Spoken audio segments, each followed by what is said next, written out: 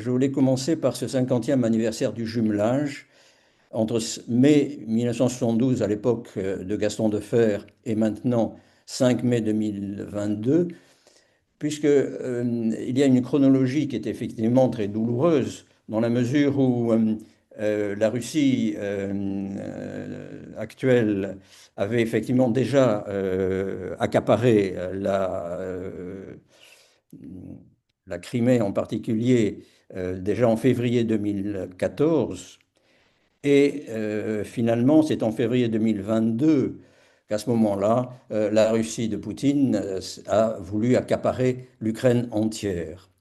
Alors, ce jumelage, le 50e anniversaire, qui a eu lieu quelques mois simplement après l'invasion de la Russie en Ukraine, est tout à fait marquante parce que Marseille ne tient pas seulement à ce jumelage, mais Marseille veut vraiment donner du corps à ce jumelage, à plus forte raison après cette invasion. D'où amitié et solidarité avec Odessa. Et je voudrais effectivement citer la phrase de Benoît Payan, le maire actuel de Marseille, lorsqu'il a effectivement lancé ce 5e anniversaire du jumelage. Je le cite: nous sommes solidaires de notre ville jumelle, Odessa, mais au-delà de la simple amitié qui s'est affermie au fil du temps, nous avons conclu avec elle un serment de fidélité, de secours et d'assistance. Un autre lien s'est créé, bien plus qu'un jumelage. Je crois que ces mots sont très importants pour connaître l'ampleur de cette aide directe de Marseille à Odessa, qui est très très importante, puisque on cite effectivement une multitude d'ambulances, de générateurs électriques, de matériel de lutte contre les incendies, 600 lits de camp, du matériel pour les réfugiés, et dès le début, 1500 Ukrainiens qui se sont réfugiés à Marseille. Donc ceci est important et on le voit très bien lorsqu'on regarde effectivement cette diapositive. On voit en particulier qu'il y a au-dessous de Marseille-Odessa et 50 ans d'amitié une sorte de symbole qui est en fait ce que les Ukrainiens ont appelé une encre tirée cœur. Et cette encre marine se retrouve, vous le voyez, sur ce banc qui se trouve sur sur la corniche Kennedy, et qui a été créé en mosaïque en hommage à Odessa et à ce don d'une encre cœur qui a été fait dès 2010. Voilà, donc il y a des symboles, et on reparlera d'ailleurs d'autres symboles durant cette présentation. C'est pour nous tout à fait significatif. Vous le savez peut-être, au MUSEM, nous avons eu le projet d'exposition qui a été interrompu par l'attaque de la Crimée, la prise par la Russie de la Crimée. C'était un projet d'exposition qui nous tenait beaucoup à cœur, sur lequel on avait travaillé près de 5 ans, sur 1300 mètres carrés. Et nous avons travaillé donc de 2009 à 2014 sur ce projet. Il y avait une possibilité pour nous de voir que Odessa, comme Kiev, à moindre degré, pouvait donner des objets, nous confier des objets très importants qui devaient venir par bateau, en particulier des babas de la steppe que l'on verra tout à l'heure, qui font quand même 2 tonnes. Et il y avait une multitude d'objets, de tableaux,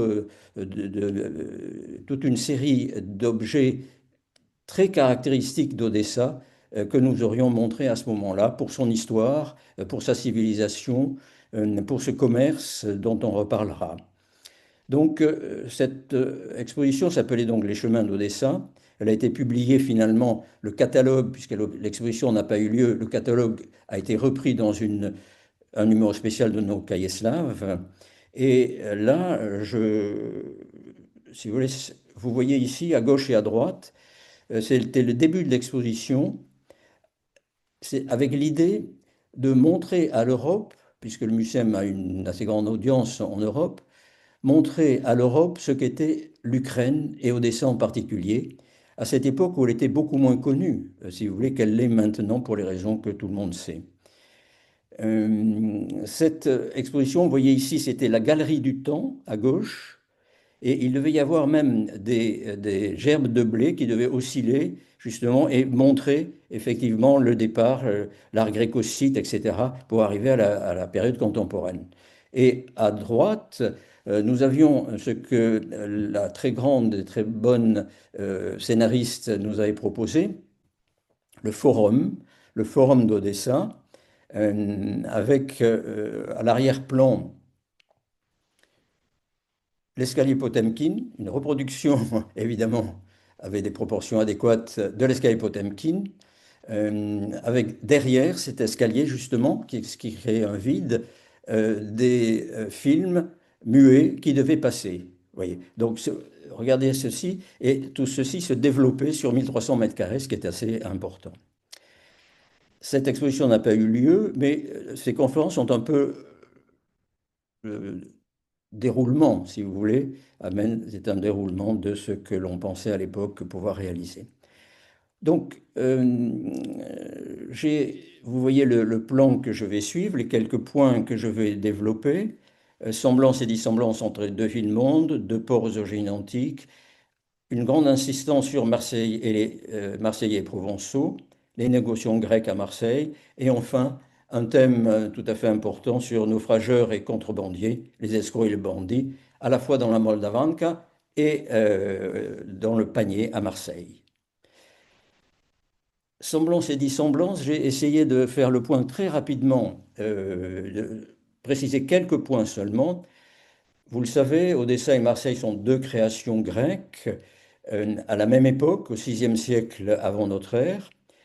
Et la grande différence néanmoins, c'est que Odessa est toujours resté un comptoir de commerce maritime et n'est jamais devenu une ville. Les Anglais qui ont beaucoup travaillé sur ces questions du développement urbain ou de l'absence de développement urbain, par exemple un simple comptoir de commerce, avait écrit une très bonne étude qui s'appelle justement Cities That Never Were. Donc, ces embryons de cités qui n'ont jamais pu se développer au-delà de l'emporium, à l'époque du commerce. Alors, ces deux villes, vous le savez, ça forme une très grande différence, évidemment, entre Odessa, avec un habitat grec, c'est tout à fait exact, entre le 6e et le 3e siècle avant notre ère, mais qui ne s'est pas développé en une ville comme Marseille. Alors, deuxième point, il y a là un rapprochement des archéologues sans archéologie. En effet, d'abord, Odessa, la légende dit que c'est Catherine II qui aurait transformé Odessos, qui était le nom de Varna, l'ancien nom de Varna, la ville donc bulgare. Donc ce nom, effectivement, ne correspond en tout cas pas du tout à l'Odessos antique. Pour Marseille, vous le savez, si l'on parle de cité phocéenne, c'est bien parce que Marseille a été créée par Phocée, la ville de Phocée. Elle s'est appelée alors Massalia. Et lorsque les Romains ont pris l'ascendant sur la Grèce, elle s'est appelée Massilia. Voilà. Alors, on peut poser ces questions. Ensuite, un continuum géographique, un continuum temporel. Oui, il y a effectivement entre la mer Méditerranée et la mer Noire une sorte d'élargissement avec cette fameuse troisième rive de la Méditerranée que l'on peut voir dans la mer Noire. On le développera tout à l'heure. Question en continuum temporel. Alors, ce continuum est complètement brisé pour Odessa, puisque à partir du IIIe siècle avant notre ère, il n'y a plus effectivement ce petit habitat que l'on trouve sur le boulevard Primorski en particulier. On le verra tout à l'heure. Et tout ceci fait que l'on n'a pas effectivement cette longueur de temps que Marseille a pu avoir depuis le VIe siècle avant notre ère jusqu'à l'époque contemporaine, le XXIe siècle. Donc vous voyez, ça fait une différence considérable. Marseille s'est développée en tant que ville, elle elle a eu des chocs profonds, comme par exemple la peste qui a détruit telle et telle année, on y reviendra, 50% de la population, mais elle n'a pas eu ce gouffre immense entre le IIIe siècle avant notre ère et il faut aller jusqu'au XIIIe siècle, XIVe siècle, pour que la Russie, ou la Grande Russie, comme elle s'appelle, elle veut s'appeler, la Grande Russie, si vous voulez, se développe. Bien. Donc, ce gouffre qu'il y a pour Odessa entre le IIIe siècle avant notre ère et la création d'Odessa en 1794, vous voyez, c'est considérable, et on verra tout à l'heure que cet ensemble que les Russes appellent la Russie du Sud, qui est l'Ukraine en réalité, cet ensemble s'est appelé l'Oka Deserta pendant tout le Moyen Âge, jusqu'au XVIe et XVIIe siècle. Alors, tout ceci est dû aussi aux grandes invasions qui ont balayé la côte nord de la mer Noire, qui formait une sorte de corridor depuis l'Asie centrale, depuis l'Asie en général, ce que n'a pas connu évidemment euh, Marseille. Voilà. Alors, point commun aussi aux différences, la terre de Provence est très riche, mais autour de Marseille, il y a très peu d'eau, il y a beaucoup de difficultés, effectivement, à cultiver, en dehors de ce qui est proprement méditerranéen, alors que le fameux Tchernosium de l'Ukraine est considérable, très important, jusqu'à 6 mètres de profondeur, et donne beaucoup de fameuses récoltes depuis la Grèce antique jusqu'à notre époque. Voilà. Nous verrons aussi en détail l'eau. Ça, c'est un point commun entre les deux villes. Ce sont deux villes qui sont en manque d'eau complet jusqu'à la fin du XIXe siècle. Et on verra comment ceci a été régulé, mais uniquement et réglé à la fin du XIXe siècle. Alors, vous voyez ici, alors j'avais vu avant, alors, voilà, donc vous connaissez certainement cette vitrine en quelque sorte posée sur le boulevard Primorski à un endroit où l'on voit effectivement ce qui a été trouvé, c'est-à-dire des amphores, des tasses, des plats, un certain nombre d'objets du quotidien qui montrent qu'effectivement, ce boulevard Primorski, depuis d'ailleurs l'opéra, qui était d'ailleurs un cimetière à l'époque, jusqu'au palais Varantsov, tout ceci était effectivement sur ce haut promontoire, était justement un habitat grec. Et il y en aura d'autres d'ailleurs tout autour d'Odessa. Voilà. À droite, nous sommes déjà à Marseille. Ce sont des cuves considérables que l'on a retrouvées récemment. Et c'est pour ça que je parlais d'archéologues sans archéologie, parce que aussi bien Odessa que Marseille se sont construites sur les ruines antiques, ou sur les habitants antiques. Donc à Marseille, on ne trouve parfois que parce qu'on creuse pour un garage et on trouve effectivement à ce moment-là des restes antiques. Mais maintenant, on a la possibilité de trouver beaucoup mieux et beaucoup plus facilement. Alors ce problème d'eau à Odessa, comme à Marseille, vous voyez, aujourd'hui, actuellement, si cela est possible techniquement, il y a ce qu'on appelle une saison des fontaines à Odessa. Et cette saison de fontaine est pour justement glorifier la possibilité qu'il y a eu de faire venir du Dniestre à la fin du 19e siècle de l'eau par un canal, un aqueduc et des canaux jusqu'au centre de Marseille et qui a finalement donné de l'eau. C'est la même chose exactement à Marseille. Vous voyez ici à droite, donc il y a un immense aqueduc qui amène l'eau de la Durance et du Verdon jusqu'à Marseille. Et nous voyons ici justement le palais Longchamp en bas à droite, euh, qui a été construit à l'extrême fin du 19e siècle pour montrer l'importance que l'acquisition de l'eau courante marquait à cette époque. Et vous le voyez au centre, ce porteur d'eau qui part des fontaines d'Odessa, que vous connaissez, la petite, moyenne et grande fontaine. Et c'est un baricot, effectivement, un petit tonneau qu'il traîne avec un seau pour après individuellement donner cette eau à chaque personne qui le souhaite et qui va le payer, puisque vous voyez, un seau d'eau est équivalent financièrement à 450 grammes de viande au milieu du 19e siècle. C'est quelque chose de considérable que personne ne pouvait s'offrir. Ouais.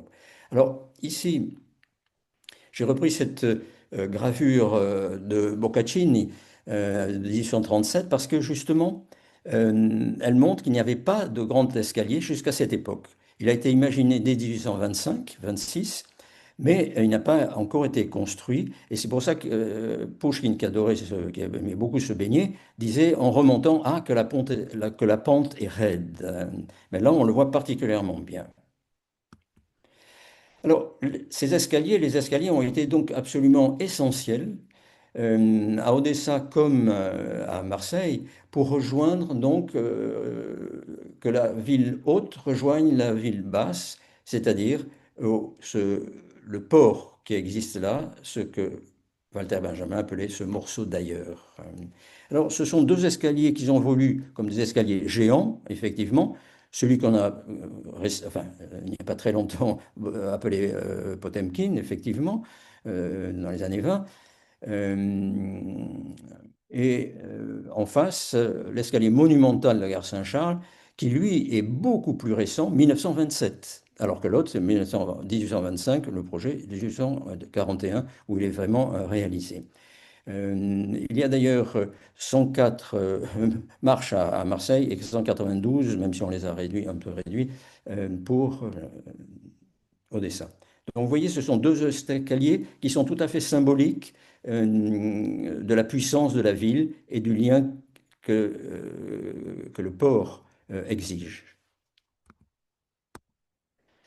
Alors, je vais venir maintenant au début de ce sujet, c'est-à-dire la fondation de cités et de comptoirs grecs autour de la mer Noire.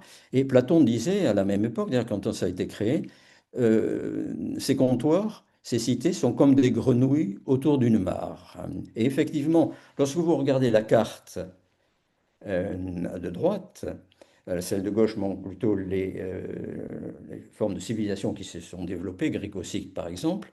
Vous voyez absolument entre Olbia, qui est tout à fait en haut au centre, et plus loin, il n'y a que Boristen, Odessa n'est même pas marqué. Alors que vous voyez tout le long des côtes nord, sud, est, ouest, vous avez ces fameuses cités qui montrent l'importance de ces mobilités grecques à partir du VIe siècle. Et à ce moment-là, le développement de l'urbanisation et du commerce entre la Méditerranée et la mer Noire. Donc ces cartes sont nécessaires, effectivement, ils montrent bien. Alors là aussi, ce qui a poussé les Grecs à partir, c'est les grands rêves des navigateurs. Et c'est le premier grand mythe qui a attiré les Grecs, les navigateurs grecs, jusqu'à la Colchide, c'est-à-dire la Géorgie actuelle. C'est ce mythe imaginaire de Jason apportant la toison d'or à Péléas, le roi usurpateur, et à ce moment-là, ça lui permet de retrouver son royaume. Donc cette toison d'or est extrêmement connue dès cette époque, effectivement, et montre qu'effectivement, les détroits, considérés comme très dangereux, ont pu être franchis très tôt. Voilà ces compteurs grecs, sinon on se rapproche un petit peu, on voit mieux. D'où venaient ces navigateurs, ces aventuriers, et pourquoi partaient-ils? Alors, je n'ai pas le temps de développer, mais vous voyez, ils partent de la Ionie, ici, et la Ionie, justement, sur la carte de droite, vous voyez qu'il y a tout à fait en haut, justement, Phokia, qui est justement fossé, et en bas, Miletos, donc Milet. Donc c'est dans ce petit territoire de Ionie, donc qui se trouve maintenant évidemment en Turquie, que sont partis ces navigateurs pour très très loin. Et vous voyez ici une sorte de croissant dans l'autre sens. Eh bien, c'est l'île de Chios, dont on reparlera tout à l'heure, qui est extrêmement importante pour les Grecs et pour la navigation. Alors, ces deux ports antiques, vous voyez, l'île Fossé a créé une multitude de nouvelles cités à la fois en Méditerranée et en mer Noire. Par exemple, la ville d'Antibes a été créée par les Grecs, la ville de Nice, évidemment, Soria a été créée par les Grecs, mais elle a ensuite été dévastée par des interventions et des combats avec les Perses qui étaient venus jusque-là. Elle a été détruite presque complètement, et actuellement on ne trouve plus que ces reste très très très limité. De l'autre côté, donc Fossé et Marseille. De l'autre côté, Milet et Odessa. Milet est resté en beaucoup bien meilleur état. Vous le voyez, on voit là en bas la bibliothèque, l'amphithéâtre. Donc c'est une ville qui est encore restée. On n'a pas construit sur cette ville. Ce qui est intéressant ici, c'est à droite, vous voyez, c'est que Odessa de l'époque avait deux ports jumeaux, Istriane et Isaka, euh, que l'on a ici dessinés.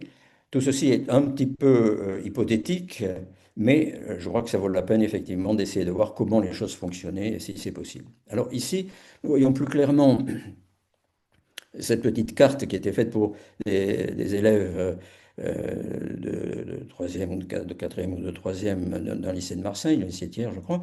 Là, on voit très très bien le port de Marseille de cette époque, le port donc du Lacidon, avec le théâtre, l'agora, donc l'équivalent du forum, les temples de l'Acropole, etc., les remparts. Donc, on voit très très bien ce que représentaient à la fois les défenses, puisque les gens venaient de la mer essentiellement, les attaquants, et c'est un petit plan qui est très figuratif.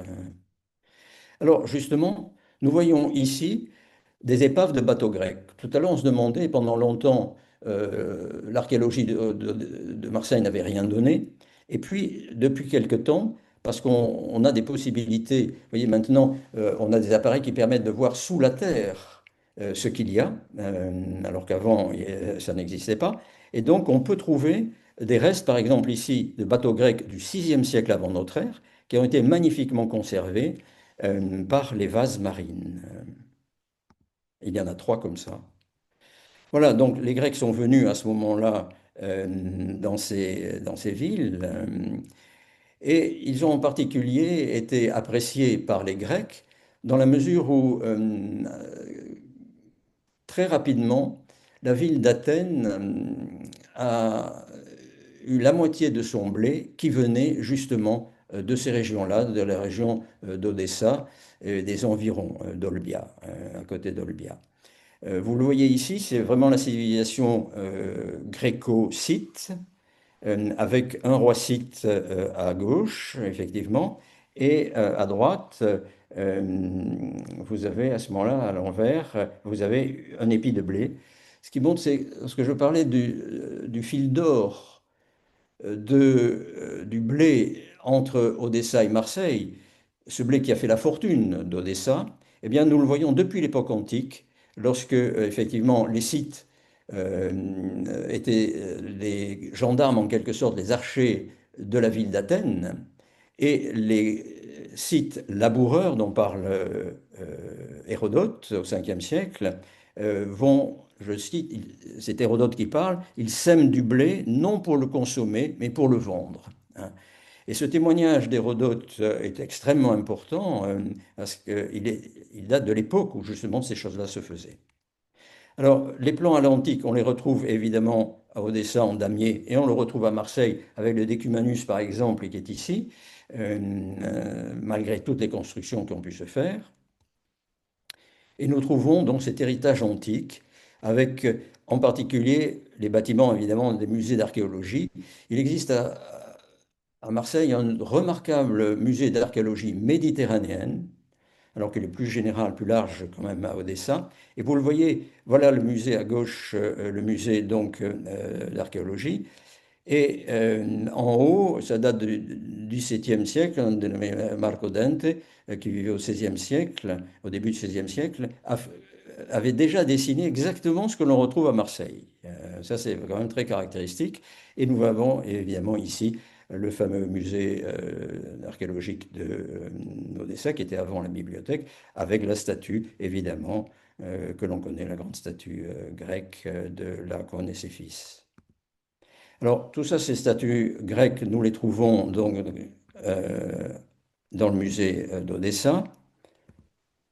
Et je voudrais maintenant dire deux mots sur ce colonel Ivan Stiemkowski, qui était d'origine en fait polonaise, et c'était l'aide de camp, un des aides de camp du duc de Richelieu.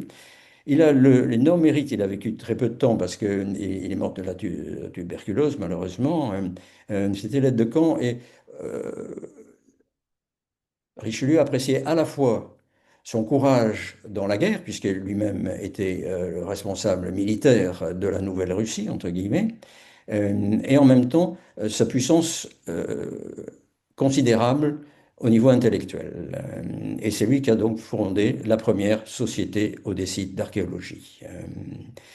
Il disait, je cite effectivement, on lit, le sol de la Grèce et de Rome s'est appauvri, mais les richesses scientifiques du sol de notre nouvelle Russie sont inépuisables. Tout était à faire, tout était à découvrir, effectivement, et ce sera la tâche des archéologues qui le suivront. L'antique, évidemment, on le retrouve dans cette statue à gauche, à droite, du musée d'Odessa, et évidemment le duc de Richelieu en toge de sénateur romain. Alors, ces grandes invasions venues de steppes de l'Asie centrale, vous les voyez ici, à telle ou telle époque, et elles se sont poursuivies, il faut bien dire quand même, entre le IIIe siècle avant notre ère et le XIIIe siècle après, c'est-à-dire pendant plus de 15 siècles d'affilée. L'Empire des Scythes, puisqu'on parlait de civilisation gréco-sikh, je vous ai juste montré pour souvenir justement ceci. Euh, Scythe laboureur d'un côté, Scythe guerrier de l'autre. Et nous arrivons justement après toutes ces destructions complètes qui ont amené ce territoire déserté, désertique, complet de la steppe. On voit ici par un des grands peintres russes, Vassili Vereshchagin, apothéose de la guerre qui s'appelle avant le triomphe de Tamerlan. Vous le voyez, cette masse de crânes tout à fait, hein, et le désert tout autour qui a été créé artificiel, ce désert, tout a été brûlé et détruit. Un petit peu comme vous le voyez ici encore au XIIIe siècle, nous avons ici justement le Khan Batu qui brûle Souzdal. Et on le voit, c'est une chronique, si vous voulez, qui nous le montre très clairement. Alors voilà les villages qu'il y avait autrefois en Ukraine, tout a été détruit par ces invasions. Et l'art grec a donné, les suivants donnent ces grandes babas, effectivement, ici. Et il y a eu même des jeux récemment sur Google Play, Loca Deserta, Odessa, avec évidemment le portrait de ce qu'on a ici mettre un Ukrainien avec les moustaches. Voilà, Loca Deserta Games, imaginez-vous. Alors, cette steppe, la voici, effectivement. Savrasov est un des grands peintres russes dont on nommé Pirov a fait le portrait ici. Et ce qui l'intéressait, c'était de montrer véritablement ce que Gogol, dans Taras Bulba, a appelé la steppe un désert vierge et verdoyant, hein. Mais c'est un désert. Et là, on le voit parfaitement sur ce tableau de Savrasov. Alors, les Vénus barbares, les voilà justement dans le musée littéraire, là, dans le jardin du musée littéraire. Et je voulais juste vous faire entendre quelques.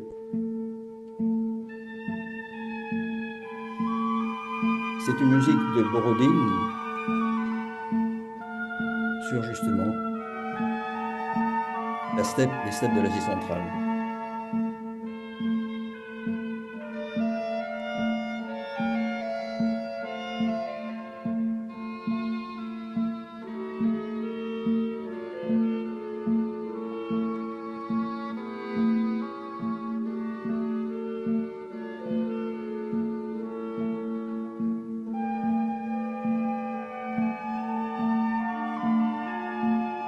Bon, je ne vais pas pouvoir. Hein, mais je veux au moins que vous écoutiez ce son de Borodine. Alors, nous avons ici quelqu'un qui nous intéresse directement, c'est Franz Alexeyevich Roubaud, qui est le fils d'un Marseillais qui était venu et qui était devenu marchand de livres à Odessa. D'ailleurs, il avait sa boutique dans le Palais Royal de l'époque, et son fils est devenu peintre, Franz Alexeyevich. Il a été assez connu, vous voyez, il est né à Odessa lui-même déjà, et il est mort à Munich après, évidemment, avoir quitté la Russie en 1917 ou 19. Alors, il a beaucoup peint, c'est un peintre batailliste, comme on dit, et il a beaucoup, évidemment, peint les Cosaques zaporogues, en particulier dans la steppe. Là aussi, Kto Kavo, qui l'emportera sur qui? L'officier, évidemment, russe et le nomade. Ça, c'est très intéressant. C'est un détail du panorama de la bataille de Baradino, la Moscova en français, plutôt, 1812. C'est ce qu'on appelle un panorama qui a été fait par Roubaud. Il a mis 3 ans pour faire ce panorama, 2 ans, 2 à 3 ans, qui est extrêmement grand et pour lequel on a fait tout un bâtiment ici à Sébastopol. Euh, et il a fait à ce moment-là le panorama du siège de Sébastopol, et que l'on peut visiter encore. Vous voyez, c'est extrêmement bien fait, et ça demandait un travail considérable. Alors ici, je vous montre François Roubaud, justement, le labour. Pour revenir à notre blé, donc on laboure et on sème. C'est aussi un peintre tout à fait intéressant là, que vous voyez. Alors, il faut bien dire que tout ceci est très idéalisé, hein, à l'époque. Euh, La Bruyère, vous le voyez, disait, citait ces animaux noirs qu'on nomme paysans. Alors voilà, lorsque on a commencé à cultiver à nouveau la steppe, ce qu'avaient fait les Grecs bien avant, les Grecs de l'Antiquité, on voit effectivement ces immensités de terre avec des propriétaires qui ont parfois des milliers et des milliers d'hectares, avec des milliers et des milliers de paysans asservis qui travaillent là. On l'a aussi, c'est un très beau tableau de Mirzaïev, justement, mais un tableau aussi assez idéalisé de ces moissonneurs. Ça a été un des grands thèmes, effectivement, dans la peinture russe, que les moissons. Alors, on le voit aussi, et là, ce texte de Babel, je pense, est très important. Dans Cavalerie rouge, Connard dit: Je m'endormis et j'ai rêvé d'une grange jonchée de paille. Au-dessus de la grange bourdonnait l'or poudreux de la batteuse. Des gerbes de blé volaient dans le ciel. Une journée de juillet déclinée vers le soir. Les forêts du couchant se déversaient sur le village. Hein. Et j'ai mis à côté ce mandat d'arrêt et de perquisition que l'on a maintenant diffusé, 1939, juste avant qu'il soit fusillé par Staline et les siens. Voilà, de Selebrakova, juste Zinaïda Selebrakova, très très jeune femme qui a été obligée d'émigrer ensuite à Paris. Et elle est restée jusqu'en 17 ou 18, et ensuite elle a émigré à Paris où elle a été très connue aussi. C'est une femme de grande, grande qualité et des porteurs excellents. Alors, je reviens rapidement quand même pour montrer le cheminement du blé qui arrive justement avec ces tchoumaki. Ce sont des chariots tirés par des bœufs. Et on les voit ici au repos, dans ce tableau d'Ivan Ivazovski, et on voit ce qu'ils font lorsqu'ils sont au repos. Lorsqu'ils sont au repos, ils veulent préparer des icônes sur poisson, sur peau de poisson séchée, en particulier des barbus. Et vous le voyez, c'est d'ailleurs recto verso, et les deux côtés, et le poisson est très important. Parce que eux, les Tchoumaki, ils ramenaient du blé, ils ramenaient du sel aussi, de la côte de Crimée en particulier. Et vous voyez, pourquoi faisaient-ils ceci? C'est parce qu'ils arrivaient, ils avaient une église à Odessa qu'ils appréciaient en particulier et auquel ils faisaient justement des dons de ce genre-là, hein, avec l'idée que le poisson, j'avais écrit un petit peu, le poisson est un symbole chrétien, mais il était d'ailleurs un symbole païen bien avant, signe d'abondance. On le voit évidemment dans les paraboles du Christ, euh, lorsque il a 5 pains et 2 poissons, qui étaient d'ailleurs, ces chiffres sont exactement ceux que les orphelins pouvaient recevoir des pouvoirs en place, ici ou là, mais en particulier dans la Méditerranée. Ces orphelins recevaient donc pour la semaine 5 pains et 2 poissons. Et vous le voyez, le thème du poisson dans cette fresque de la Seine en Cappadoce au XIIIe siècle, c'est ce plat avec ce grand poisson, justement, qui signifie l'abondance, avec la multiplication donc des poissons et des pains. Donc c'est pour nous tout à fait intéressant de savoir, on les connaissait peu jusqu'à maintenant, et vous voyez en bas, c'est peut-être, alors c'est un signe aussi entre chrétiens, puisque on dessinait ceci, l'un dessinait le haut, l'autre dessinait le bas, et ils indiquaient la direction vers laquelle au moment des persécutions contre les premiers chrétiens, les Romains donc contre les premiers chrétiens, et à ce moment-là, ça indiquait l'endroit, le poisson était tourné dans un sens ou dans l'autre pour indiquer effectivement où se trouvait la crypte ou le bâtiment où il y avait un début de messe. Alors donc, c'est Choumaki arrivait ici avec leur en plein Odessa, à la place de la Douane. Et à ce moment-là, il y avait de grands marchands, comme celui de la première guilde, et d'autres marchands, si vous voulez. En particulier, ici au centre, ce sont les enfants de euh, de ces marchands, de ces négociants très conservateurs, effectivement, qui sont devenus plutôt des révolutionnaires. Alors ici, nous avons justement à Verkhovnia une des propriétés du comte Hanski. Ce sont des propriétés immenses, effectivement, euh, avec des milliers et des milliers d'hectares de ces propriétaires polonais, effectivement. Et la femme de ce comte Hanski, donc Evelyn Hanska, est devenue l'étoile polaire de Balzac, comme il le disait.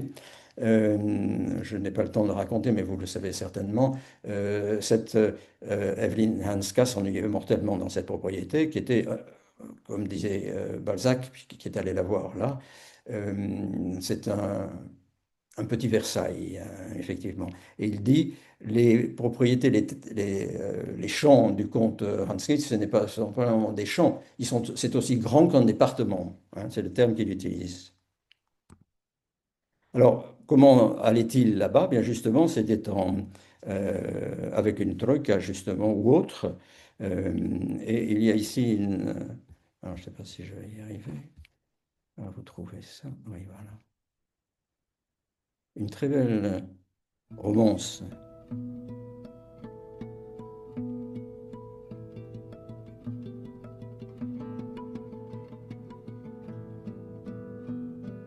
В лунном сиянии снег серебрится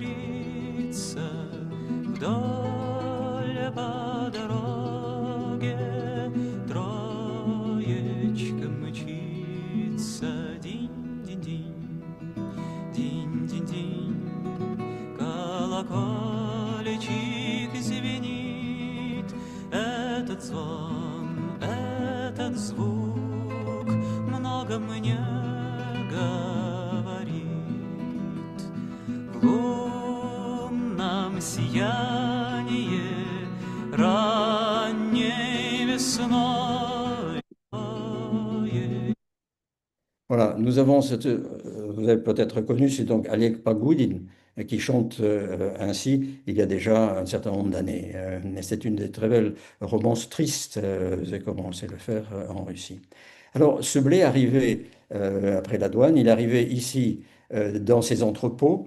On se demande si ce sont des palais ou c'est devenu ensuite une caserne. Lorsque le comte Jérôme Savansky a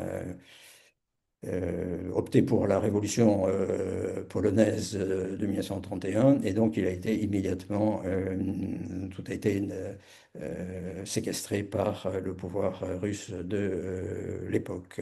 Et sa femme, la comtesse donc Savanska, Karolina Savanska, était la sœur de Hanska, de Madame Hanska. Alors, nous voilà maintenant, on arrive au port d'Odessa à l'époque, dans ces années 1830, avec ce bateau qui est la première frégate qui avait à Vladimir, mais qui a été construite en Angleterre. Et voilà un petit peu comment on peut se représenter le port à l'époque. Le port, ici, cette photo de la Société française de géographie, est beaucoup plus intéressante celle-ci, avec effectivement il y a beaucoup de femmes aventurières un petit peu. Là, Adèle, Omer de Hell, était à la fois aventurière et en même temps, elle suivait son mari jusqu'à un certain point dans toutes les recherches idéologiques qu'il faisait au Proche-Orient. Et donc, elle est passée par Odessa et elle dit ceci en arrivant à Odessa sur le bateau. Tous ces édifices remarquables d'Odessa se trouvaient ainsi en vue et donnent d'abord à la ville une grande apparence qui frappe le regard. Nous voici de nouveau en Europe. Donc, c'est en 1838 déjà qu'elle écrit ceci en voyant ces bâtiments. Vous connaissez ce tableau de Kandinsky, le port d'Odessa. Vous savez que Kandinsky a passé son enfance, son adolescence là où son père était marchand de thé. Maintenant, Marseille. Marseille, vous le savez, est un port donc d'une très grande importance, la deuxième ville de France depuis longtemps. Et c'est la compagnie de messagerie maritime qui a effectivement beaucoup fait pour le développement de ce port et du commerce. Alors, cette navigation maritime entre Marseille et la mer Noire avait des bateaux que vous trouvez ici en bas, qui sont intéressants parce que ces bateaux reprennent l'habitude des paquebots de l'époque, et en particulier des navires aussi arabes de l'époque, c'était des paquebots avec avant un guitre, à guibre. Et cette guibre, ça voulait dire que l'avant du bateau était évasé pour chasser effectivement les vagues qui arrivaient, hein, ne pas enfourner en quelque sorte, vous voyez. Et on le voit très bien sur la photo du bas à droite, c'est justement un paquebot avec avant à guibre, hein. Voilà d'autres bateaux, justement le Tigre, qui était donc pour passagers, cabine puis cargo, 132 passagers quand même, mais dans des conditions souvent très, très précaires, pour ceux qui ne payaient pas beaucoup. Autre bateau, l'Èbre, entre Londres et la mer Noire, lui aussi à Guibre, justement.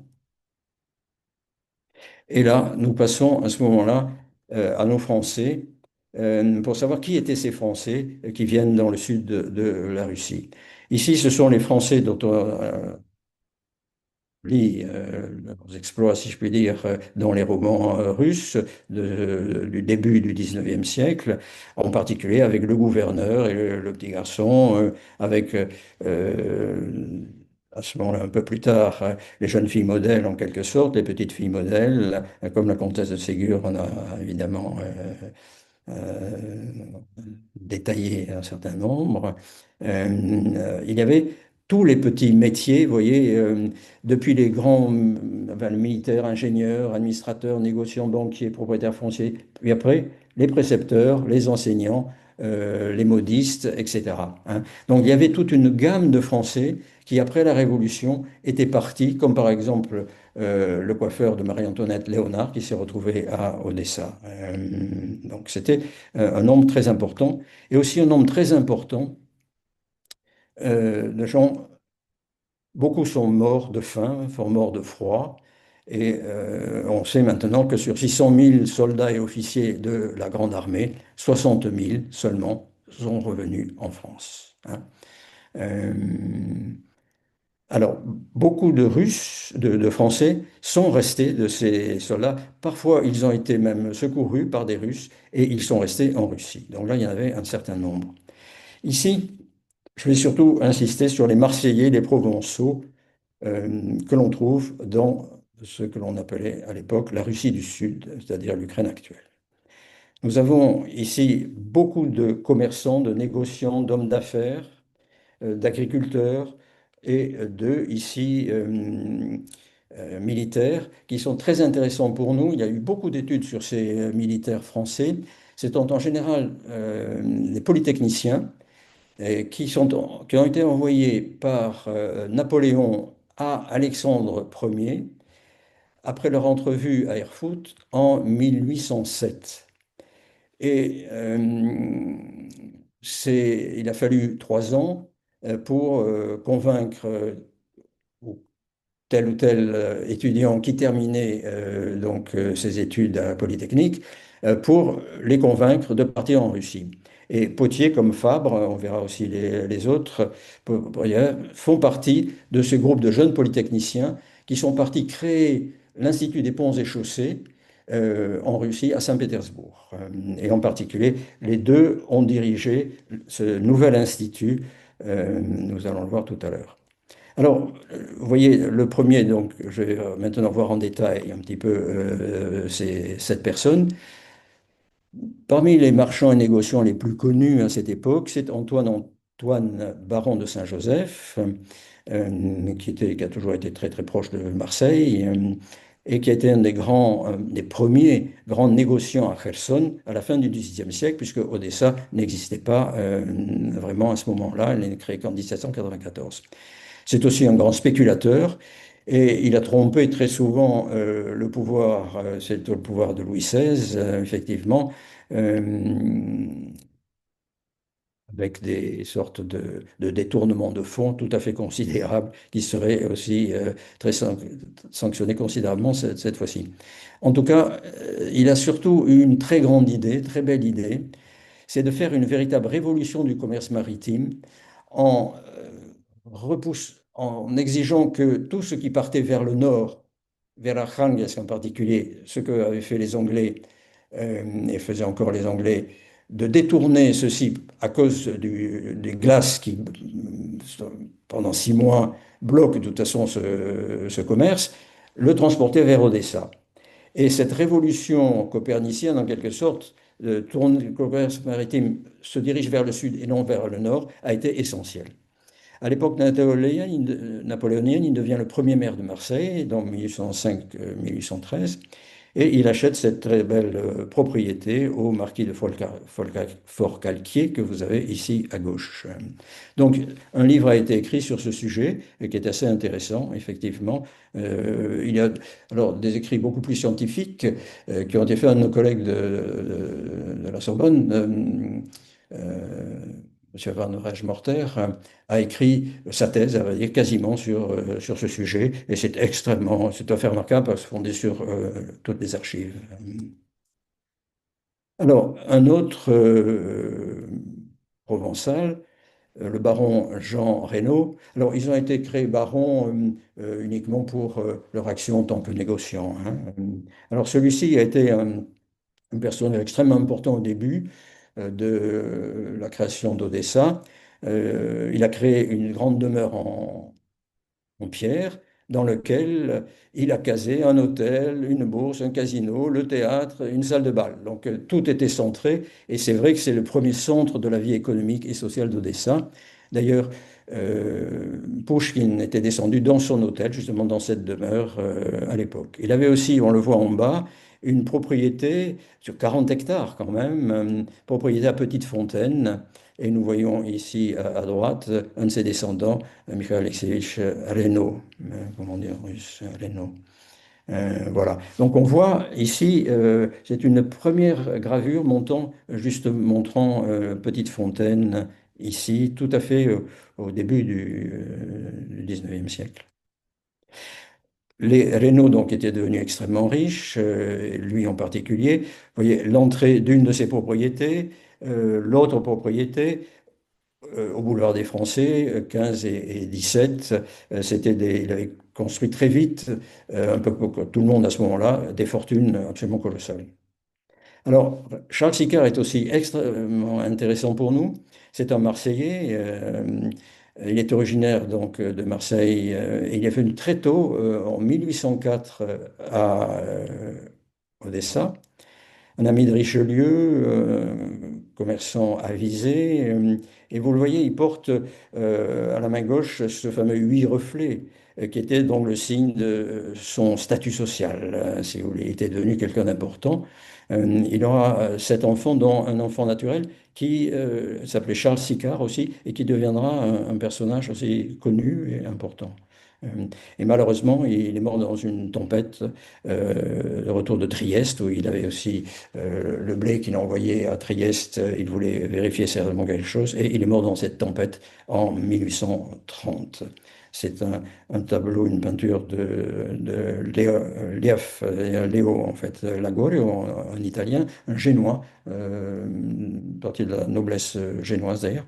Sur la tempête, on verra d'autres tableaux de. Alors, Sticard était très important parce que il a décrit, c'est le premier c'était aussi un écrivain, il a très très bien décrit euh, Odessa tout à fait au début, lorsqu'il l'a vu, justement après quelques années, il arrive en 1804, la ville s'est à peine construite depuis 1794, et très très mal, donc bien avant l'arrivée de Richelieu, euh, au moment juste où Richelieu va arriver. Quelques toises de jetée, dit-il, pour décrire Odessa à l'époque, quelques toises de jetée commençaient pour abriter un petit coin de la rade. Alors, établis et resserrés sur le bord de mer, de petits hangars en bois ou de mauvaises bâtisses, étaient les seuls établissements pour le commerce. Deux cabanes couvertes en chaume, servant d'église, et quelques casernes, c'était l'essentiel des bâtiments de cette époque. Et il poursuit encore, des huttes couvertes en terre ou en paille pour maisons, oui, éparses, ça et là, sur l'alignement des rues. On croisait ou croissait l'herbe, et qui indiquait vaguement une ville, hein.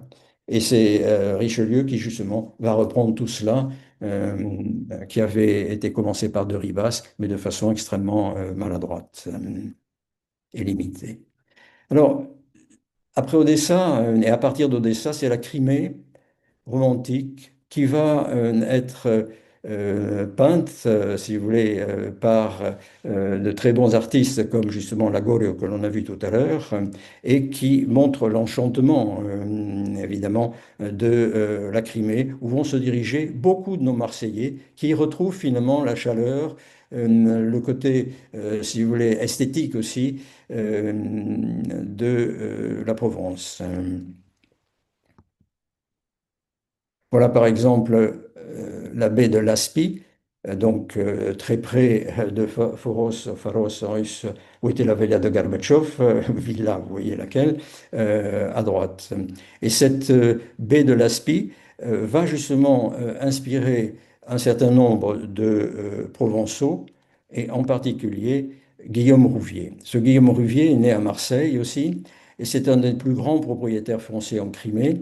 Il arrive en Russie dès 1784, et en particulier dans la région du Sud, alors que Odessa ne sera créée que 10 ans plus tard, 1794.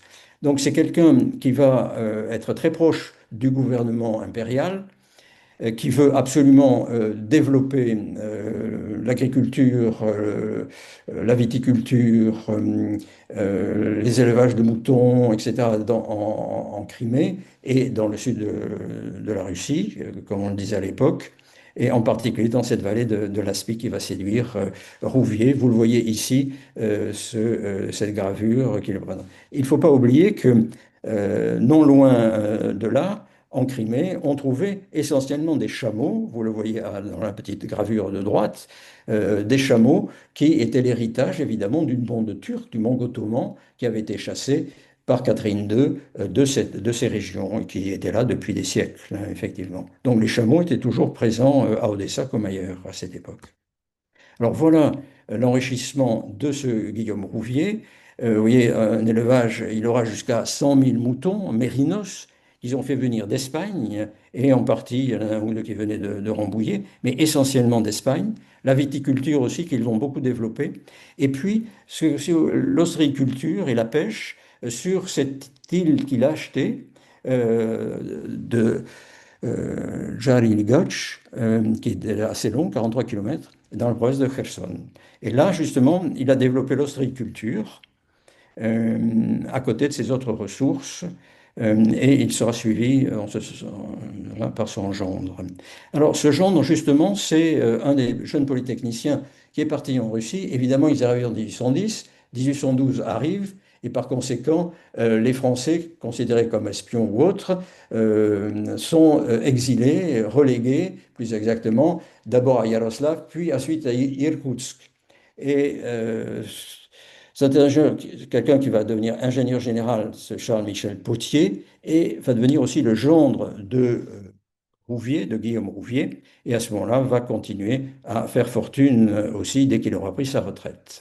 Alors, il a été un très très grand ingénieur néanmoins pendant un bon nombre d'années où il a servi à la création de l'Institut des arts, des routes et des ponts et des routes. Donc, il a créé cela et c'est lui qui a très largement créé ce boulevard Primorsky, hein. Et ils sont restés donc 2 ans et demi quand même en exil après 1812 et ils sont revenus ensuite. Ils ont été réintégrés immédiatement comme ingénieurs avec une carrière et c'est lui qui a écrit ce traité de géométrie descriptive puisque rien n'existait à ce moment-là encore en Russie de ce fait. Alors, Charles Pottier, donc, est le gendre de Rouvier. Alors, il va quand même rester 26 ans ingénieur, directeur de l'école des ponts et chaussées, puis éleveur de moutons mérinos et viticulteur et chef d'entreprise parce qu'il va créer un certain nombre de tanneries, un certain nombre de petites usines qui vont effectivement traiter la laine.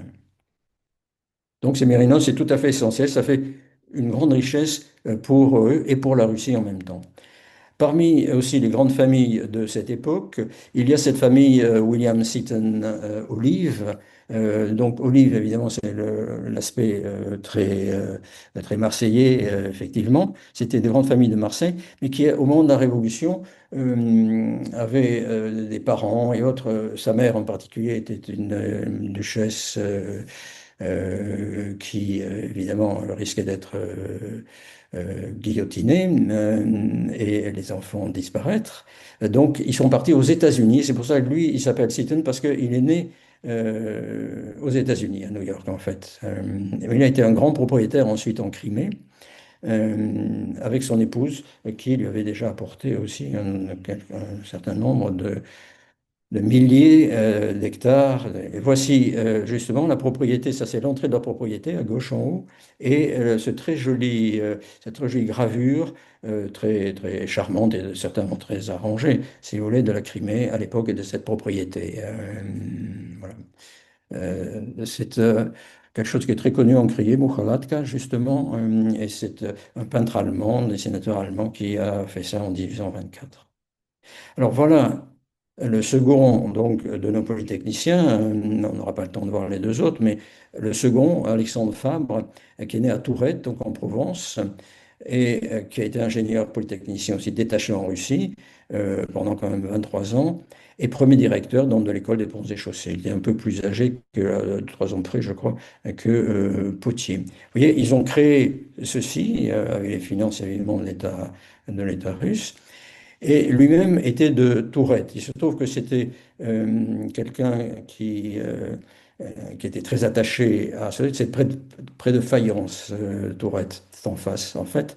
Et il a créé, lorsqu'il est revenu en France, il avait quand même gagné pas mal d'argent en Russie, et il a fait construire ce grand château, dans lequel il n'a pas vécu très très longtemps, mais qui maintenant, on voit l'intérieur ici, c'était vendu en fait en appartement maintenant.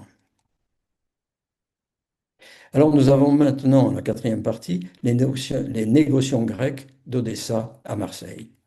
Alors vous le savez, la guerre d'indépendance de la Grèce contre l'Empire ottoman s'est développée pendant plusieurs années, à partir de 1821 en particulier. Et Delacroix a montré les massacres, en particulier de Chios, justement cette île que je vous avais signalée tout à l'heure, ces malheureux qui attendent soit la mort, soit l'esclavage. Hein. Et ce tableau de Lacroix, et en même temps Victor Hugo aussi en a beaucoup parlé. Donc tout ceci, à l'époque romantique, a été considéré comme une barbarie ignoble. Et beaucoup se sont engagés, y compris Lord Byron. Effectivement, Byron s'est engagé, est mort d'ailleurs près de Missolonghi, de fièvre d'ailleurs. Il y a eu un élan européen très important pour sauver les Grecs, en particulier de cette île de Chios dont on reparlera. Alors voilà, c'était évidemment une marine à voile, et c'est toujours Lagorio qui a dessiné, c'était un peintre mariniste, comme on dit. Et voilà nos principales familles grecques maintenant de l'île de Chios. Tous étaient des grands marchands de Chios, qui sont intéressants parce que ils avaient été d'abord des marchands, de grands négociants dans l'Empire ottoman, avant la libération de la Grèce, bien évidemment. Et à ce moment-là, ils avaient une vue très large de toute la Méditerranée et toute la mer Noire. Hein, c'était des gens extrêmement audacieux et qui avaient créé de multiples comptoirs dans différentes régions, en particulier en Méditerranée, et bientôt ça sera à Marseille et Odessa pour la mer Noire. Alors, vous avez plusieurs familles que j'évoquerai rapidement, les Rodokanaki, les Mavrocordato, Mavro, les Rali, Petrococchino, Zarifi, etc. Hein. Alors, ils avaient pu échapper au massacre de Chios parce qu'ils avaient tous leur bateau qui leur permettait de faire le commerce. Et donc, ils sont partis sur leur propre bateau, parfois à Trieste ou à Livourne ou surtout à Marseille. Voilà justement Fyodor, enfin Todor Rodokanaki, le premier, qui a fait fortune, en partie d'ailleurs, dit-on, dans la contrebande. Qui à cette époque faisait la moitié du commerce d'Odessa se faisait tout à fait au début par la contrebande. Alors, ces Grecs, pour ne pas être trop long, ils vont passer ensuite du blé, de la récolte du blé, de l'acquisition, du transport, vers des richesses qu'ils vont en particulier mettre dans la construction de grands immeubles qui deviendront des immeubles de rapport. Alors voilà par exemple Madame Renaud Kanaki en 1900, cette garden party que je vous avais déjà montré, je crois. Donc c'était des milieux qui sont devenus extrêmement riches très rapidement. Ils ont rétabli leur fortune, la fortune qu'ils avaient auparavant, parce qu'ils avaient, les Grecs, un des fils partait à Livourne, l'autre partait à Trieste, l'autre partait à Londres, l'autre partait à Marseille, et ils avaient comme ça ces réseaux personnels qui étaient extrêmement importants. Voilà par exemple Rodokanaki, un des immeubles de rapport. Un peu plus tard, donc, Michel-Emmanuel Rodokanaki, marié à Adria Petrococchino. Il y avait beaucoup de mariages stratégiques entre Grecs de ces très grandes familles et très riches familles. Alors, les Mavrocordato, c'est la même chose. Ils sont à la fois à Odessa et à Marseille. Euh, il y a d'ailleurs des lieux qui s'appellent Mavrocordato Marseille. Les Rali sont aussi une des grandes familles de Chios. Là aussi, ce sont des immeubles de rapport considérables. Et là, ce sont les grands magasins des frères Michel Nicolas Pietro Cocchino. Euh, Ce sont donc des magasins exclusivement de produits étrangers et qui sont devenus, après la Révolution d'Octobre, le Torxine, justement, fait pour des étrangers ou pour les hauts gradés du parti, en quelque sorte. Vous voyez, c'est un petit peu sur Galerie Lafayette, si vous voulez, qui était très, très, très grand et très luxueux. Voilà, ici justement toujours la propagande pour ces magasins Petrokokino à Odessa. Et donc, il y a, je vous le disais, toute une branche des Petrokokino qui sont partis pour Marseille. Et vous avez même une rue, une traverse qui porte leur nom dans le quartier Bonneveine à Marseille. Ensuite, la famille Zarifi, qui était aussi très connue. Voilà, l'hôtel particulier des Zarifi, vous voyez ici, qui était assez considérable. C'était 10, 12, 14 rue Gogol. Bon, vous voyez l'ampleur en 1880, en 1851, assez tôt finalement. Alors là, c'est tout à fait caractéristique de ces mariages stratégiques interfamiliaux. Vous avez une fiche de mariage ici avec Zarifi, Périclès Zarifi. Vous voyez ici, il y avait la branche anglaise qui recevait aussi beaucoup, et en particulier à Frinton-on-Sea, dans l'Essex, en Angleterre, et où on faisait venir tous les membres des familles adjointes en quelque sorte, des familles euh, qui s'étaient rapprochées par ces intermariages, en particulier Zalifi, Rodokanaki, Vlasto, etc. Hein. Vous voyez, ils sont avec le chauffeur, évidemment, dans cette propriété de Frinton-on-Sea. Voilà, un autre grec, Zaphiropoulou. Et là, nous arrivons alors à la dernière partie concernant les naufragés, les pilleurs d'épaves, mais aussi les contrebandiers et les bandits. Alors, vous le savez, la question des pilleurs d'épaves, naufragés pilleurs d'épaves, ça a été un grand thème romantique, très important dans les années 1820-1830 en particulier. Euh, et on le voit en particulier avec le Eugène Isabey, ce dessin à droite, enfin cette peinture à droite, les contrebandiers. Hein. Et à gauche, donc, vous avez Jean-Baptiste Olive qui a montré les calanques de Marseille dans lesquelles se réfugiaient les pirates. On va le voir tout à l'heure.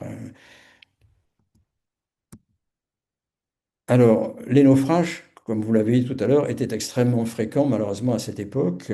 Et on a toujours dans les journaux où les peintres ont reproduit évidemment ces drames très importants. Par exemple, la Louise, qui faisait la traversée Livourne, Bastia, Marseille, et elle n'est jamais arrivée à Marseille. Elle s'est fracassée à l'entrée du port d'Odessa, pardon, de Bastia, ici, en 1860.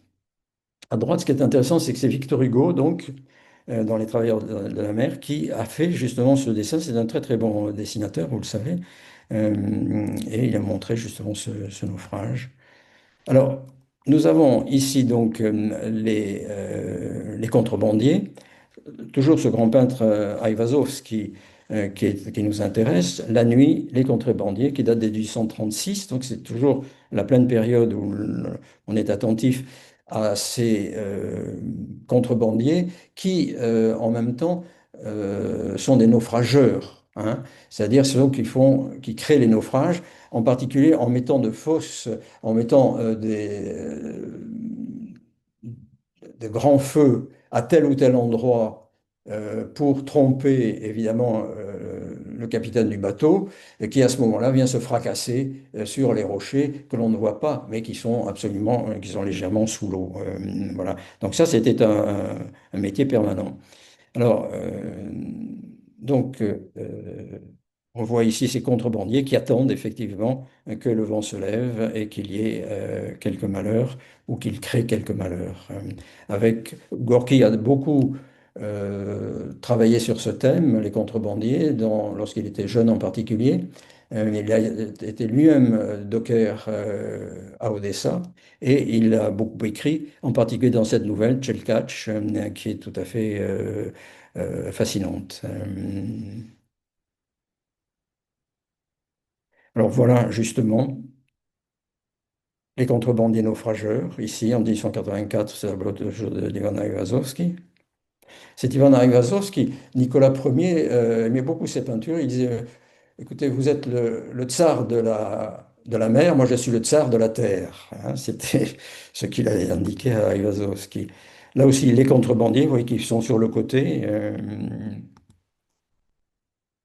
Ici aussi, naufrageurs et contrebandiers. En particulier les Grecs, justement, et Magritte qui a écrit tout un poème justement sur les contrebandiers.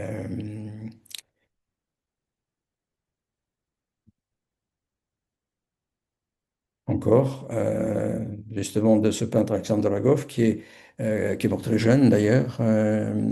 Il est mort d'ailleurs, vous le voyez en bas, là, lors d'une traversée simplement de la Neva. Mais il était un deuxième peintre mariniste de grand, grand talent. Alors, nous arrivons maintenant au lieu où se trouvent les bandits, justement, les voleurs, etc. Le quartier populaire de Moldavanka en Russie, où enfin, qu'a très bien décrit Babel, mais évidemment, qui a créé toute une mythologie de ces bandits en donnant l'impression qu'il s'agit de bandits d'honneur, voire zakonie en russe, ou des sortes de Robin des Bois, si vous voulez. Hein. Vous savez que dans les récits d'Odessa, il y a un très bon film muet qui s'appelle Beniaklik de 1926. Alors ça, c'est une photo que j'avais prise il y a bien longtemps, justement pour donner une petite impression de ce qu'était la Moldavanka, justement. Alors là, on va avoir... Alors, 2 secondes, je peux vous... Вот так я хожу по городе, и никто не знает, кто я такой. Что такое? А вы меня не узнали? Я же жгоб со смыком. Так по этому поводу...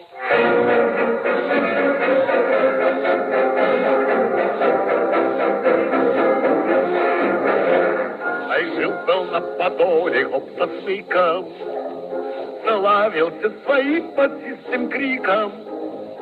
Голодка была прездорова, и мычал он, как корова, врагов имел миллион со смыком. Гоп со смыком это буду я. Вы, друзья, послушайте меня. Ремеслом избрал я кражу, из тюрьмы я не вылажу, и с братом скучать. Alors voilà, donc ceci sont des chansons très très caractéristiques de ce milieu de voyous, si vous voulez, et de bandits qui chantent ensemble. Il y a eu un film aussi à ce sujet, à cette époque, qu'aimait beaucoup Staline d'ailleurs. C'est curieux que ça paraisse. Alors, la Moldavanka, il ne faut pas oublier non plus qu'il y a un très beau passé de la Moldavanka, en particulier le jeune comte Vorontsov, avant d'être prince Vorontsov, il y avait une belle propriété. Il y a des restes justement de ces propriétés tout à fait intéressantes. Et puis ensuite, c'est devenu effectivement le repère et une sorte de bas-fond, si vous voulez, par rapport au centre de la ville, mais très proche du centre de la ville et du port surtout. Alors, les anciennes, vous voyez, portes montrent ce qu'étaient ces. Oui, une entrée prometteuse, où vous avez les boîtes aux lettres très caractéristiques d'Odessa et dans un style évidemment très décati. La tôle ondulée évidemment qui règne partout. Alors, quelquefois, le charme est resté, effectivement. Alors, on rafistole beaucoup, on commence à rafistoler une partie, mais le reste, évidemment, reste comme ça. Voilà, ça, poétique du sèche-linge, c'est très caractéristique aussi d'Odessa, entre les deux bâtiments, les cordes à linge, et effectivement, cette floraison de linge qui sèche. C'est encore très caractéristique d'Odessa dans toutes les cours, qui sont des lieux de vie, si vous voulez, essentiels. Alors voilà, la Moldavanka et les travailleurs dont on parlait tout à l'heure, et en particulier Marc Bernès a très très bien chanté il est très connu pour cela, voilà, le chant Shalom di polnie kefali.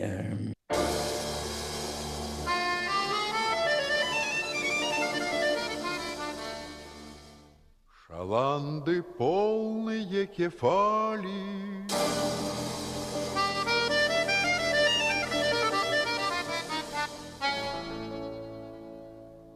Одессу Костя приводил.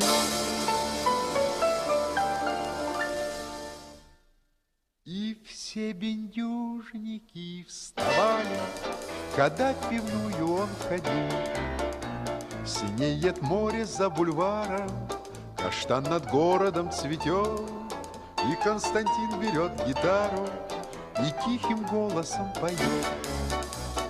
Я вам не скажу за всю Одессу, вся Одесса очень велика, но и молдаванка, и пересы обожают Костю моряка.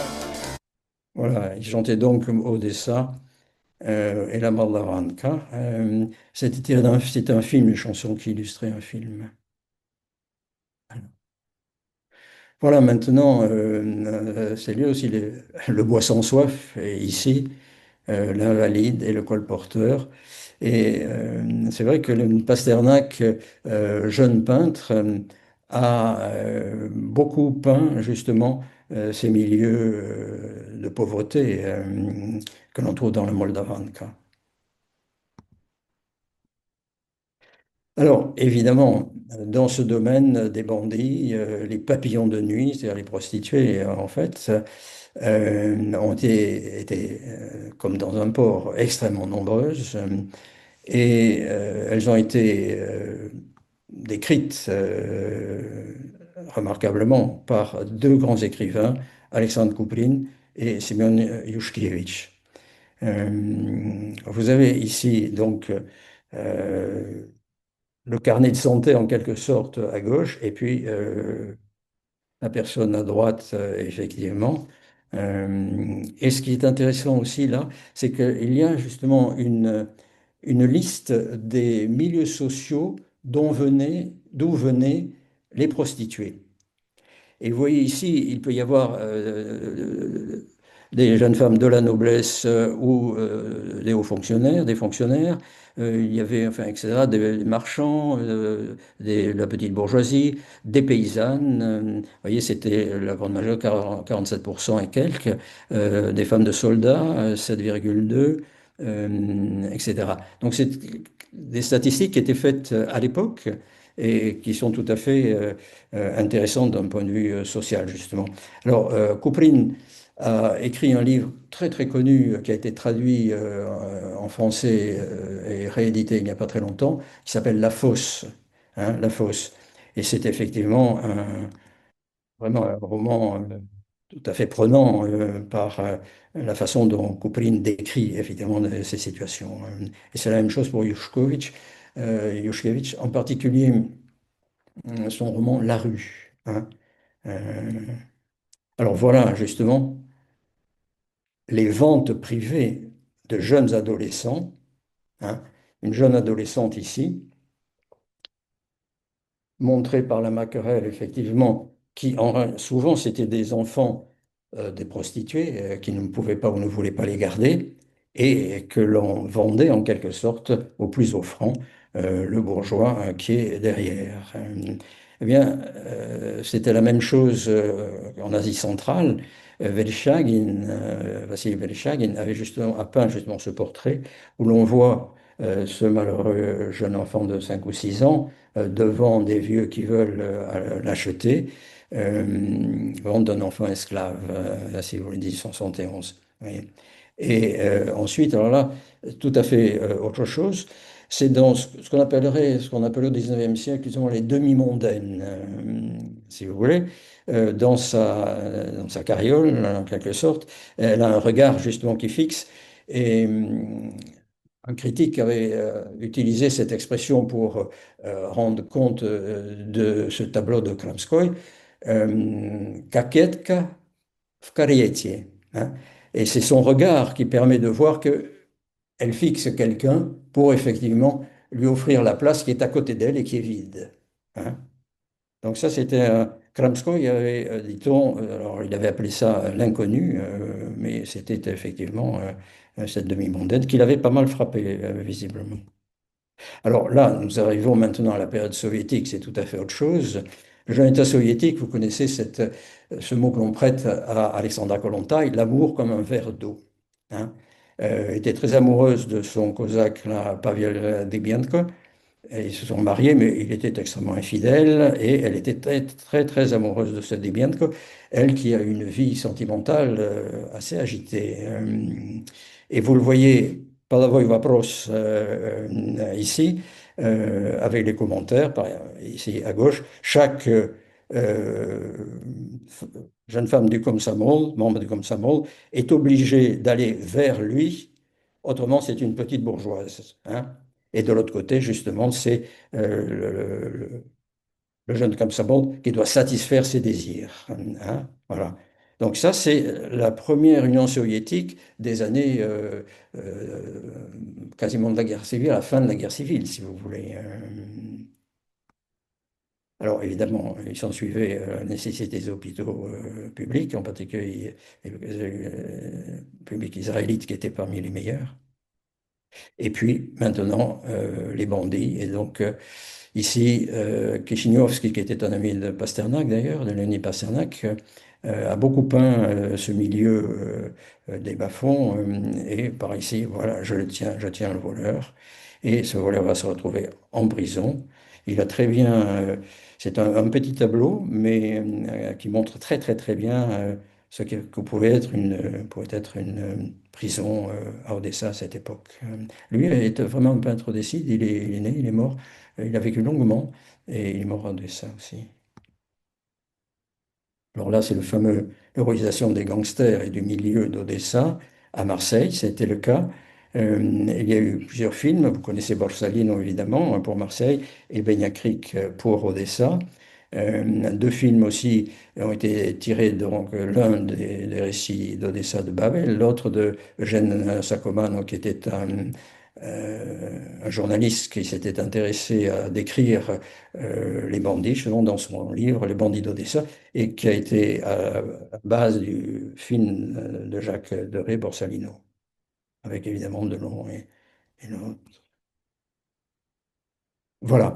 Alors ici, ça c'est un passage très important pour nous parce que ce sont donc des voleurs, des bandits très très connus, des gens assez différents du bandit ordinaire comme Sonka la main de Zalataï Rutschka, qui s'appelait Blufstein au départ. Donc, vous voyez, 1846-1902. Alors, c'était une très belle femme et qui dérobait des- de l'argent, qui dérobait des brillants, qui était extrêmement belle, savait très très bien s'habiller, se faire passer justement pour une grande dame et aller chez les orfèvres ou chez les joailliers et à ce moment-là arriver très très très bien à subtiliser les brillants qu'on lui montrait. Mishka le japonais, le roi donc de Moldavan pendant quelques années, oui, qui il finira assez rapidement. Et Katowski aussi, un bandit, puis commandant de l'armée rouge, qui a été aussi assassiné, comme d'ailleurs Mishka le japonais. Alors voilà Sonia, à l'époque de sa splendeur, et la voilà au bagne. Elle a fini quand même par être attrapée, et elle est ici au bagne. Vous voyez pourquoi elle se faisait passer pour une très grande dame. Elle pouvait absolument jouer ce rôle et dévaliser effectivement les bijoutiers.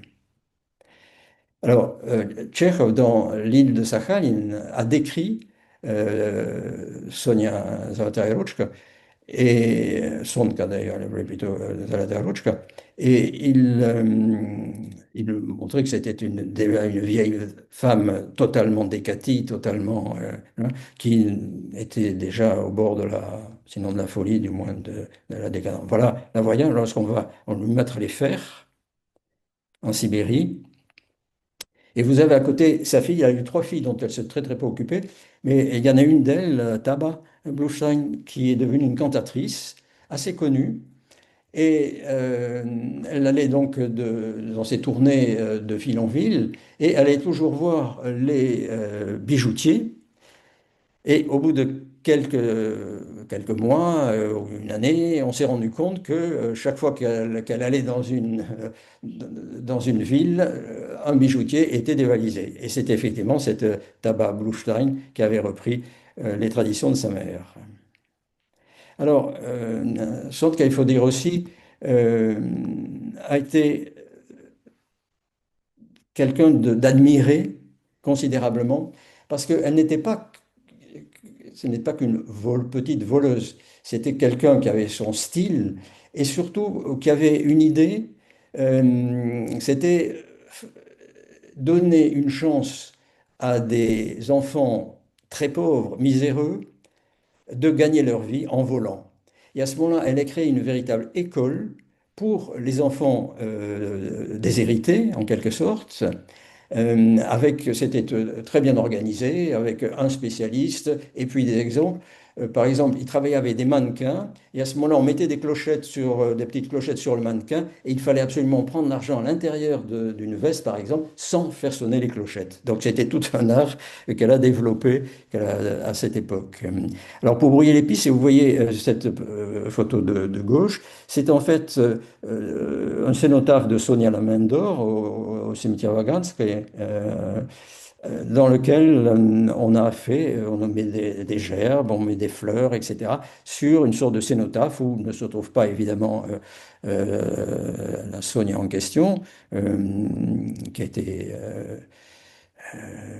enterrée dans les territoires du Pacifique. Voilà.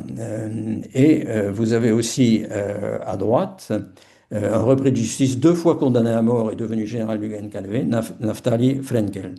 C'est lui qui a créé véritablement les camps de concentration qu'il avait bien connus lui-même. Et il a fini par devenir un général du NKVD et mourir de sa propre mort. Alors qu'il avait été au départ un Nepman, il avait très bien fait ses affaires, et puis comme tout a été bloqué par la Russie soviétique, il a commencé effectivement à faire des cambriolages et autres, il a été arrêté, il a été condamné à mort 2 fois, et il a réussi néanmoins à faire une autre carrière à la tête de camp de concentration. Alors maintenant, nous passons au port de Marseille rapidement, vu par les peintres, en particulier Jean-Baptiste Olive, que l'on a déjà vu. Là, Alphonse Mout, le débarquement des blés à Marseille. Tous ces tableaux se trouvent en général au Palais Longchamp, dans le musée des Beaux-Arts de Marseille. Ziem est un autre peintre, aussi marseillais. Tout le monde a été fasciné par l'entrée du port de Marseille et par le quai du port, justement. Voilà encore Ziem. Ziem était d'origine polonaise. Je crois que Ziem était un raccourci en tête de Zemski ou quelque chose comme ça. La vue du port de Marseille depuis le Pharo. Voilà, Ziem aussi, la tempête, grand thème donc, des peintres du 19e siècle. Là, au contraire, c'est vue de Marseille sur un thème de Claude Lorrain, un petit peu comme Brahms a fait des variations sur un thème de Haydn. Eh bien là, c'est justement des variations sur un thème de Claude Lorrain. Voilà, quelqu'un que l'on n'attend pas d'ailleurs, Paul Signac, très jeune, qui est aussi fasciné par le port de Marseille. Et on le voit avec sa technique pointilliste bien connue. Alors là, nous avons maintenant les bandits, effectivement,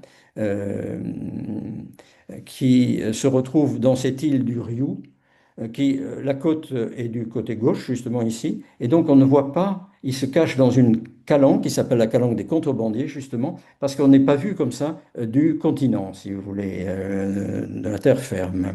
Voilà, et c'est cette fameuse calanque que l'on a appelée des barbares, des pirates et des Anglais, et qui n'est pas vue donc depuis la côte. Donc c'est une calanque très très connue à Marseille.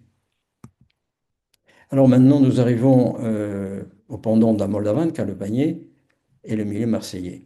On a même parlé d'un village corse à Marseille, une spécialiste du milieu, qui est vraiment l'équivalent, donc dans la pauvreté et le banditisme, l'équivalent de la Moldavanka. C'était tellement difficile d'expurger en quelque sorte ou d'expédier ailleurs ces voleurs, etc., dans ce quartier, que les Allemands, en 1943, ont fait sauter tout le quartier du panier. Il a été dynamité. Et maintenant, il a été reconstruit dans un style, c'est plutôt pour touristes, que vous avez à droite. Mais vous voyez, la pauvreté à gauche était caractéristique aussi de ça, comme était la Moldavanka, mais dans des bâtiments évidemment complètement différents. Alors voici donc les truands politiques et Gestapo, parce que beaucoup de ce milieu, des gens du milieu marseillais, se sont jetés dans les bras de la Gestapo et ont été les plus terribles dénonciateurs et bourreaux d'une partie de la population marseillaise, en particulier des Juifs, évidemment. En particulier ce Paul Carbone, qui était de Popliano, di Corse, donc, Spirito, qui était italien. Et leur modèle, bien évidemment, étaient les Américains, en particulier Al Capone et Lucky Luciano, italien. Voilà la compromission complète des politiques marseillais avec le milieu. À gauche, vous avez justement Simon Sabiani, qui est un Corse aussi, qui est avec ici Paul Carbone au centre, François Spirito ici, et qui lui-même a été premier adjoint, Sabiani, premier adjoint de la ville de Marseille et député. Vous voyez ici sa maîtresse, qui était une très belle femme, chanteuse d'ailleurs, et à droite ce qu'elle est devenue, Manouche la truculente. Voilà. Alors, nous sommes maintenant de retour, donc nous sommes à Marseille, le Vieux-Port, et ces photos, ces dessins plutôt très caractéristiques du milieu, puisque tous ces bandits ne travaillaient pas seulement avec l'alcool, les drogues, etc., mais évidemment la prostitution, qui était évidemment quelque chose de très rentable pour eux. Et pour terminer, deux tableaux de Boris Grigoriev, un très grand peintre qui a longtemps vécu en France après la Révolution.